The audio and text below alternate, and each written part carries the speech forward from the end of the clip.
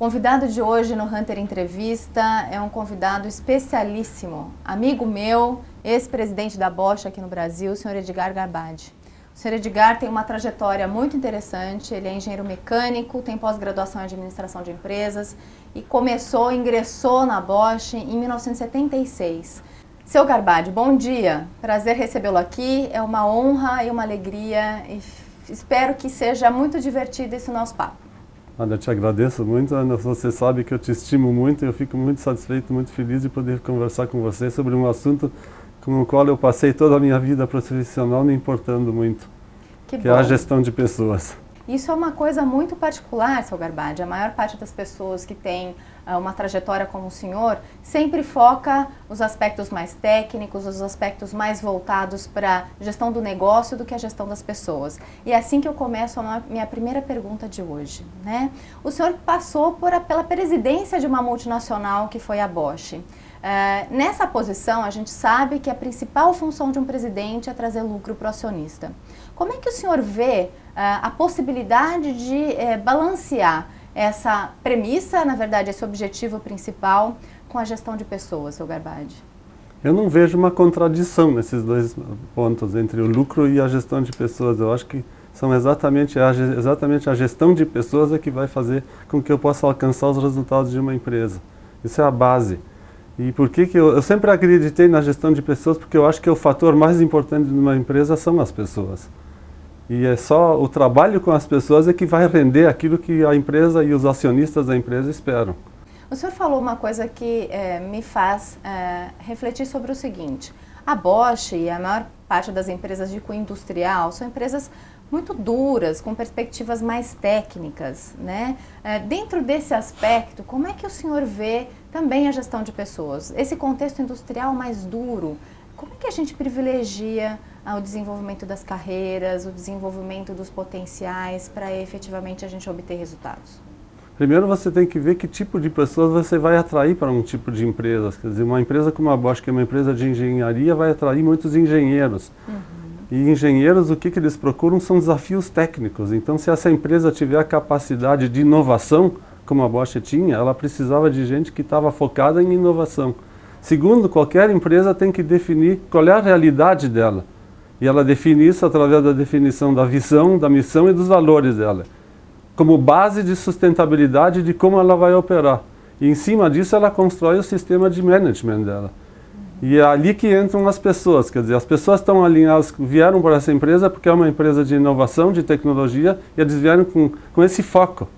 E esse perfil dessas pessoas é evidentemente bem definido em relação a aquilo que a empresa vai fazer. Quem vai para a Bosch não vai para a Google, e quem vai para a Google não vai para uma outra empresa. Então é o perfil da pessoa que é definido em função daquilo que a empresa está procurando. E em função dessa visão, missão e valores, que é a base de sustentabilidade para mim de qualquer empresa.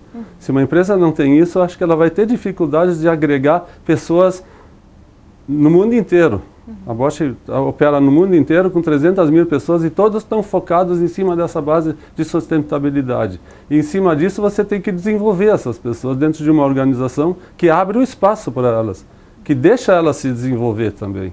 E dá essas oportunidades, esses desafios para poder crescer. Isso é gestão. Isso é muito importante, né? Alinhar todo esse sistema. E dentro de um sistema alinhado, as pessoas entendem o que a empresa espera delas e elas entendem qual é o papel delas dentro dessa empresa.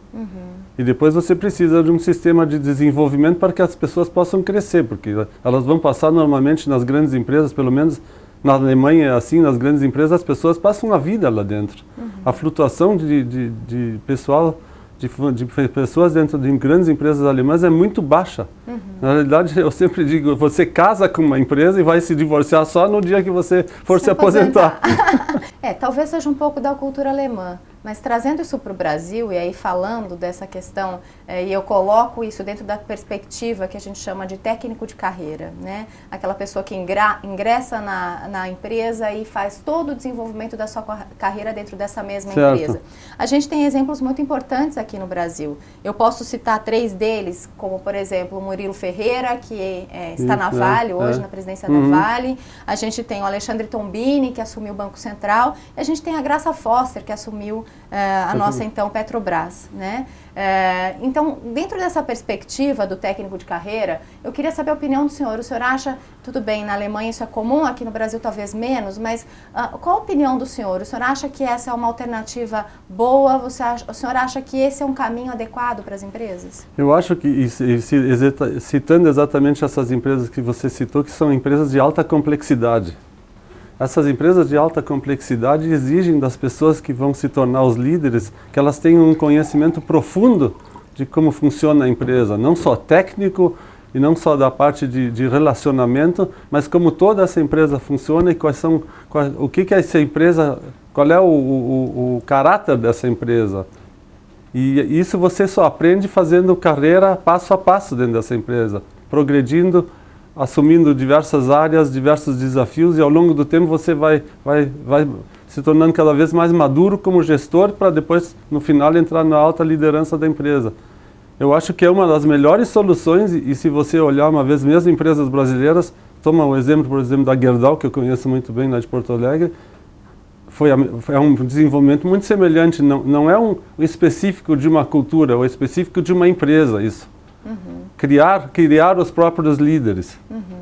E isso, eu não sei se o senhor vê dessa forma, mas pode soar como paradoxal quando a gente fala da geração Y, que é uma geração que vem para o mercado querendo muita velocidade, querendo muito trânsito, muito tráfego entre as empresas, novas experiências. Então, privilegiar o técnico de carreira em contraposição a essa geração, que é a geração que nós temos em vigor hoje no mercado, como é que seria nesse momento? Isso é realmente um desafio, porque eu acho que nos últimos 50 ou 100 anos as organizações viviam de um sistema em que a disciplina e a honra à hierarquia, a obediência à hierarquia era muito grande, tomava assim um espaço muito grande. E a gente galgava passo a passo, tendo muita paciência, e andava, vamos dizer, a passos lentos até chegar numa posição de liderança ou de gestão.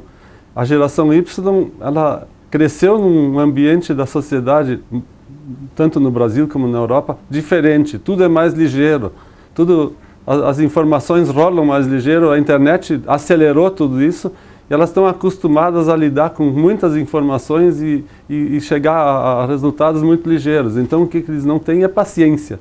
Eles também não têm vontade de trabalhar em sistemas fechados, em que eles dizem, bom, eu hoje estou aqui, mas eu vou levar 10 anos para ser gestor de um grande departamento. Então, como integrar essa geração Y numa estrutura mais conservadora? Nós temos que abrir cada vez mais essa estrutura e oferecer alternativas de carreira. A Bosch, por exemplo, criou há 10 anos atrás, e eu participei do grupo de trabalho, a carreira de líderes de projetos. Então eram pessoas de alta capacidade e que não tinham vontade de fazer gestão de pessoas, mas sim gestão de projetos com finalidades técnicas ou finalidades financeiras, quaisquer que sejam, e fazer com que esse projeto tivesse sucesso. Então existe hoje dentro da Bosch uma carreira de gente que faz projeto a nível 1, nível 2 ou nível 3. O nível 3 equivale, vamos dizer, no salário, equivale a um gerente geral de um grande departamento. Isso abre uma outra possibilidade. Além disso, nós temos que proporcionar a essa turma que eles possam trabalhar mais em time. E eu acho que isso, de qualquer maneira, é uma coisa que nós precisamos mais e mais em time, porque empresas que você citou, por exemplo, como a Vale, são internacionais. Estão nos Estados Unidos, estão na Austrália. Eles têm times de pessoas que precisam resolver problemas em conjunto de uma melhor maneira, como solução globalizada. E essas pessoas, a geração Y, gosta disso, porque aí tem movimento. Aí eu estou num time virtual que se encontra toda semana na internet, em que estão participantes dos Estados Unidos, da Austrália e talvez da Europa, resolvendo e trabalhando sobre a mesma questão. E nós na Bosch estamos conseguindo trazer a geração Y, ela não está nos abandonando. Uma parte do nosso programa de trainee é composto por essa gente. Nós temos mais ou menos nos últimos anos, conseguimos manter mais de 90% das pessoas que fizeram o programa de trainee ficaram dentro da empresa.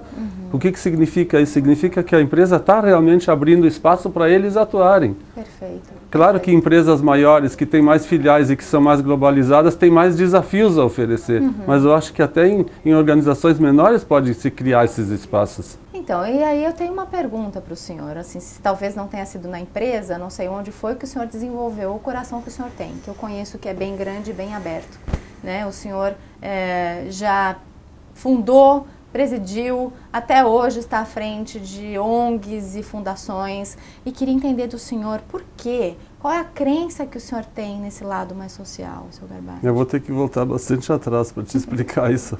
Eu sou evangélico luterano, de Porto Alegre. A religião evangélica luterana tem a sua sede em São Leopoldo, que é uma cidadezinha perto de Porto Alegre, e eu fui aluno de uma escola em São Leopoldo, mantida pela Igreja Evangélica Luterana, e lá eu recebi os valores e a ética da religião cristã. Então, isso foi a base e eu não perdi isso nunca. E eu iniciei as minhas atividades concretas e ativas há 20 anos atrás, quando eu fundei uma associação na Alemanha com funcionários da Bosch, que eu até chamei de Primavera, para dar apoio financeiro a ONGs em Campinas. E por que Campinas? Porque eu estava lá na Bosch e eu vim numa dessas viagens de negócio aqui a Campinas e uma pessoa me levou a conhecer 3 ONGs aqui em Campinas, e uma delas foi o Grupo Primavera. Eu achei que uma forma de que eu poderia participar dando apoio seria formar uma associação na Alemanha que levantasse, através de ações, de tômbolas, de festas, etc., levantasse dinheiro para dar apoio a essas entidades aqui em Campinas. E quando eu voltei para cá, para o Brasil, que era um desejo meu há muito tempo, e que eu demorei muitos anos para realizar, eu voltei em 2002, eu comecei a atuar de forma mais focada. Criei o Instituto Bosch em 2004, que tem como objetivo único o desenvolvimento social através da educação de jovens e adolescentes, e entrei no Grupo Primavera na diretoria, da qual hoje eu participo como voluntário um dia por semana. Então é uma coisa que cresceu, eu cresci com isso também, tenho que dizer. Perfeito, seu Garbati. Eu acho que todas as respostas foram muito construtivas, vai ajudar muito a gente a difundir as suas ideias. E agora eu queria fazer um ping-pong final. Eu vou fazer algumas perguntas curtinhas e vou esperar algumas respostas curtinhas do senhor sobre isso. Quando o senhor olha para trás, o senhor mudaria algo, seu Garbati? Eu teria vindo mais cedo para o Brasil. Eu sempre vim, a minha ideia quando eu fui para a Alemanha era ficar no máximo 5 anos e depois voltar para o Brasil. Não deu certo porque eu tive tantos desafios lá que acabaram me segurando. Que bom que o senhor voltou. A segunda pergunta, qual a importância de perceber o outro para entender a si próprio? Eu acho que isso é essencial. Isso é essencial porque para entender o que você tem que fazer, você primeiro tem que entender os outros, o outro ou os outros, ou o time. Perfeito. A última é a seguinte, existe uma autora chamada Lillian Firestone, que escreveu um livro chamado The Forgotten Language of the Children, e ela é uma pessoa que relatou esses grupos de estudo do Gurdjieff lá em Nova York, e tem uma frase do livro dela que remonta a esse trabalho do Gurdjieff, que diz o seguinte: Give freedom before it's demanded. Dê liberdade antes que isso lhe seja demandado.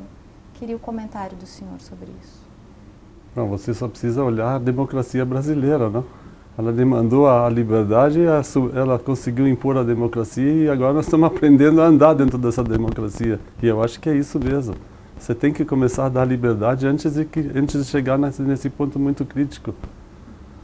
Perfeito, seu Garbati. Eu queria agradecer muito, mais uma vez, a presença do senhor. Eu espero que tenha sido divertido esse papo. Espero que o senhor entenda que a gente conseguiu retratar um pouco do que o senhor pensa e que as pessoas que ouvirem essa entrevista possam usufruir dessa experiência tão maravilhosa que o senhor teve na sua vida profissional e pessoal. Muito obrigado, senhor Garbati. Agradeço muito a você a oportunidade de poder falar um pouco sobre a minha experiência. Espero que ajude a outros raciocínios em cima disso, porque eu acho que vale a pena e gestão de pessoas é o mais importante que pode se fazer. Muito obrigado. Pessoal, até a próxima.